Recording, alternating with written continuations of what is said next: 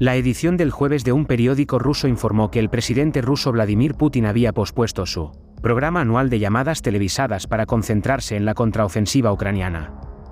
Por lo general, junio presenta el evento Línea Directa con Vladimir Putin, durante el cual los ciudadanos rusos pueden llamar y preguntarle al presidente sobre los problemas que afectan su vida diaria. Putin eliminó la llamada televisada y su conferencia de prensa anual el año pasado. Se creía ampliamente que las cancelaciones estaban relacionadas con el conflicto que lanzó en Ucrania el 24 de febrero de 2022. Aún así, el Kremlin se negó a comentar sobre el asunto. Según el periódico, el programa de llamadas inicialmente estaba programado para salir al aire este verano. Aún así, se pospuso para monitorear la situación en Ucrania. Jason High-Smart, asesor en política postsoviética e internacional, dijo que cree que Putin está retrasando la actuación por temor a que Rusia sufra reveses adicionales durante la contraofensiva. Putin es consciente de que la contraofensiva podría socavar sus declaraciones públicas a los ciudadanos, según Smart. Retrasarlo le permite usarlo para justificar por qué Rusia está perdiendo territorio en Ucrania en el futuro. Según el periódico, el evento de llamada aún podría ocurrir este año, en noviembre o diciembre. El periódico informó que Putin podría recibir llamadas del público ruso antes del posible anuncio de su candidatura a la reelección en 2024. La primera línea directa con Vladimir Putin se realizó en 2001 e incluye preguntas enviadas con anticipación por ciudadanos rusos y consultas en vivo realizadas por el presidente. La actuación se canceló durante el pico de la pandemia de COVID-19 en 2020. Aún así, los elementos de Direct Line se incorporaron a una gran conferencia de prensa. En abril, Dmitry Peskov, portavoz del Kremlin, declaró que la actuación probablemente se llevaría a cabo en una fecha indeterminada en junio. El jueves, una agencia de noticias estatal rusa informó que Peskov fue menos específico sobre la fecha. En cuanto a la línea directa, dijimos que anunciaríamos las fechas tan pronto como se tome una decisión.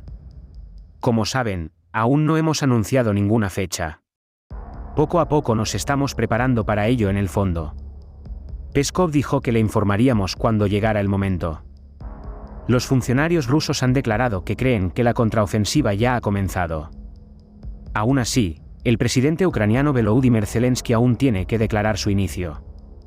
A pesar de las afirmaciones de Rusia, Oleksiy Danilov, secretario del Consejo de Defensa y Seguridad Nacional de Ucrania, afirmó el miércoles que la maniobra militar aún no había comenzado.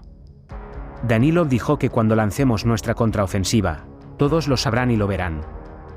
Los soldados rusos que luchan contra la milicia anti-Vladimir Putin que ingresó la semana pasada a la región de Belgorod, fronteriza con Ucrania, se han quejado de que regimientos enteros están siendo aniquilados.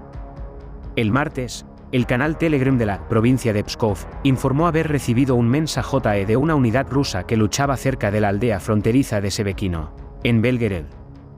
El anuncio decía que me gustaría ver la narración de la masacre de nuestro regimiento en las direcciones de Shebekino y Graivorón y poner fin al asunto. La semana pasada, dos grupos disidentes rusos, la Legión de la Libertad de Rusia y el Cuerpo de Voluntarios Rusos, ingresaron a Belgorod y continuaron los intensos combates. La Legión está compuesta por desertores de las Fuerzas Armadas rusas y voluntarios rusos y bielorrusos, y la RVC afirma que entre sus miembros hay rusos que luchan del lado de Ucrania y contra el régimen del Kremlin. El domingo, el Cuerpo de Voluntarios Rusos se atribuyó la responsabilidad de un ataque que resultó en la detención de varios soldados rusos en la región de Belgorod. El comunicado del regimiento ruso decía: estamos bajo bombardeos constantes, oficiales, soldados regulares y, sobre todo, aquellos con familias y parientes en casa están siendo asesinados. Según los soldados rusos, la falta de liderazgo, refuerzos y equipamiento es la causa del elevado número de bajas. La unidad afirmó que estamos preparados para defender nuestro país, pero solo si tenemos los suministros adecuados.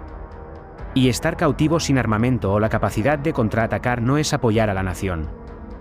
En nombre del Regimiento 1009, le solicitamos que investigue este grave problema y tome decisiones rápidas.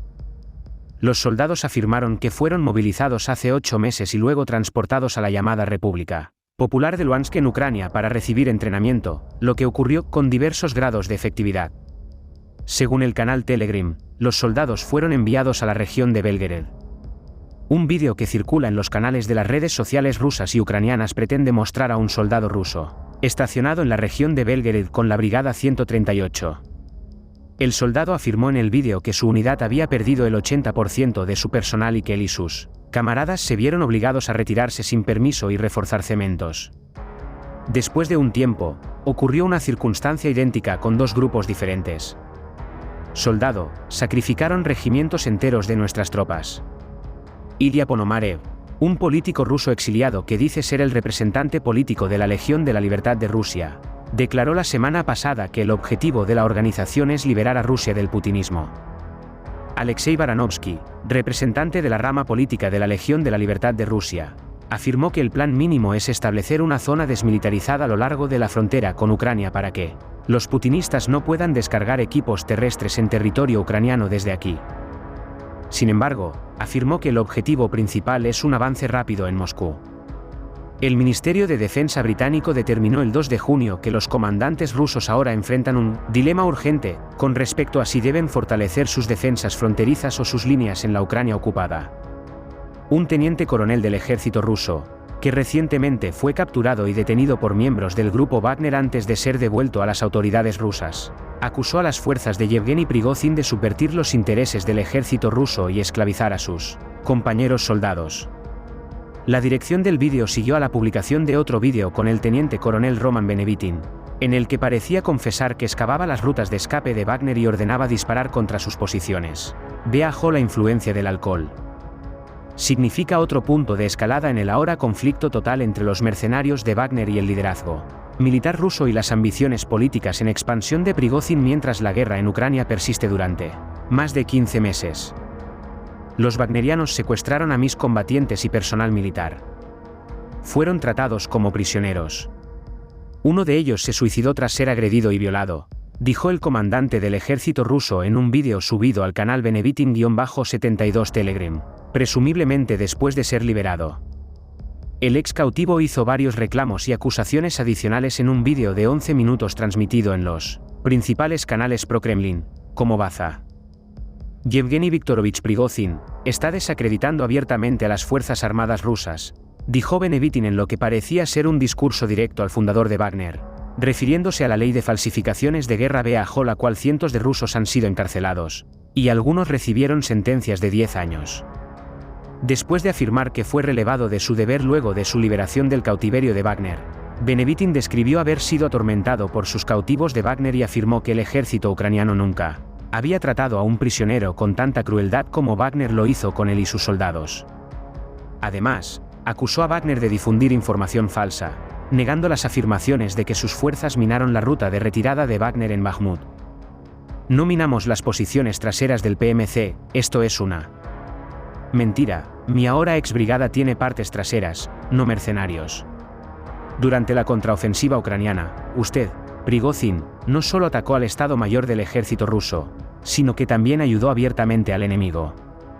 Socavas la credibilidad del ejército ruso, Yevgeny Viktorovich Prigozhin. También describe su presunto tormento a manos de los paramilitares rusos, incluida la privación del sueño y las palizas. Afirma que el vídeo de su supuesta confesión fue grabado bajo coacción. Esta semana, Prigozhin, conocido como el proveedor de catering de Putin por su pasado trabajo de catering y el fundador de la granja de trolls rusos, subió un vídeo de confesión en el que acusó a Benevitin y al ejército ruso de intentar reprimir las actividades de Wagner en Ucrania. Negó que el teniente coronel estuviera cautivo. Dijo que había sido entregado a las autoridades rusas. En un vídeo separado, el líder de Wagner amenazó con marchar a sus mercenarios a Moscú y expresó su preocupación de que el gobierno ruso pudiera lanzar un ataque nuclear contra Belgorod.